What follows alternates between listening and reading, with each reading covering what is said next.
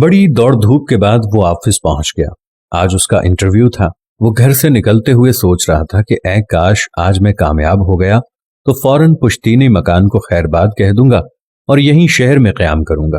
अम्मी और अब्बू की रोजाना की मगजमारी से जान छुड़ा लूंगा। सुबह जागने से लेकर रात को सोने तक होने वाली मगजमारी से उकता गया हूं, बेजार हो गया हूं।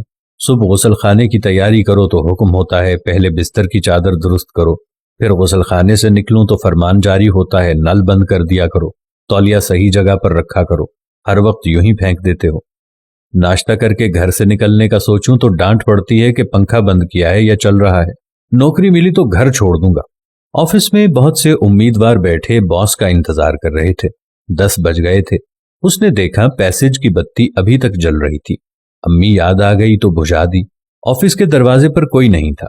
बाजू में रखे वाटर कूलर से पानी रिस रहा था, उसको बंद कर दिया। वालिद साहब की याद आ गई। बोर्ड लिखा था कि इंटरव्यू दूसरी मंजिल पर होगा। सीढ़ियों की लाइट भी जल रही थी। उसे बंद करके आगे बढ़ा तो एक कुर्सी सरे राह दिखाई दी।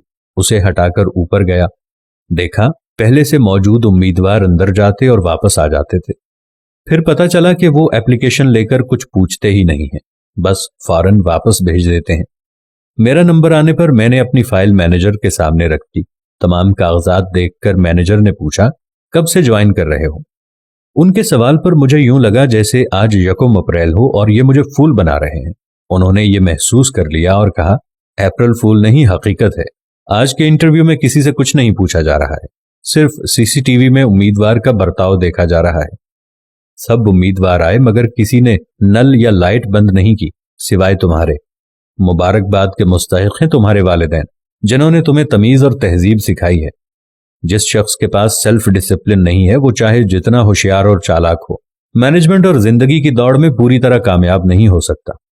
ये सब हो जाने के बाद मैंने पूरी तरह तय कर लिया कि घर पहुंचते ही अम्मी और अब्बू से माफी मांगूंगा और उन्हें बताऊंगा कि छोटी छोटी बातों पर रोकने और टोकने की बातों ने मुझे जो सबक पढ़ाया है उनके मद्दे मुकाबिल मेरी डिग्री की कोई अहमियत नहीं। जिंदगी के सफर में तालीम ही नहीं, तहजीब का अपना मकाम है। आज वो लोग जो अपने माँ बाप से नाला नजर आते हैं कि उन्होंने हमें फलां बात से क्यों डांटा, उन्होंने हमें फलां बात से क्यों रोका, तो जिंदगी की प्रैक्टिकल लाइफ में जैसे ही वो पहुंचते हैं तो उनको वो माँ बाप की दी हुई तरबियत याद आती है। क्योंकि प्रैक्टिकल लाइफ में, जिंदगी की दौड़ धूप में सिर्फ वही लोग कामयाब होते हैं जिन्होंने बचपन में तहजीब सीखी होती है, जिन्होंने तमीज सीखी होती है।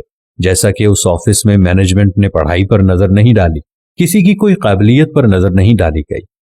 आपको, हम सबको ये चाहिए कि माँ बाप की इज्जत करें, उनके सलीके और तहजीब से सिखाई हुई दुनिया को आराम और तहजीब से सीखते जाएं। क्योंकि माँ बाप जिस तजर्बे से गुजर रहे होते हैं, हमारी इतनी उम्र भी नहीं होती जितना उनका तजर्बा होता है। हम लोग हमेशा माँ बाप की डांट टपट से तंग आकर बाहर जाने का सोचते हैं और बड़े शहर जाने का सोचते हैं और अपना अलग घर बनाने का सोचते हैं। ऐसा हरगिज मत करना। कामयाबी उनके अदब के साथ जुड़ी होती है। दोस्तों, हम में से अक्सर दोस्त ये गलती कर बैठते हैं, जैसे ही कुछ हालात बेहतर हो जाएं या शहर में एडजस्ट होने का मौका मिले तो सबसे पहले अपने आबाई घर, फिर अपने वालिदैन को छोड़कर शहरों में बसने की कोशिश करते हैं। अगर शहरों की तरफ जाना लाजमी भी हो तो फिर भी अपने वालिदैन को साथ लेकर जाएं। अल्लाह से दुआ है जिनके वालिदैन हयात हैं, अल्लाह उन्हें सेहत और तंदुरुस्ती वाली जिंदगी अता फरमाए, और जिनके वालिदैन इस दुनिया फानी को छोड़कर चले गए हैं उनकी बख्शिश फरमाए। आमीन सुम्मा आमीन।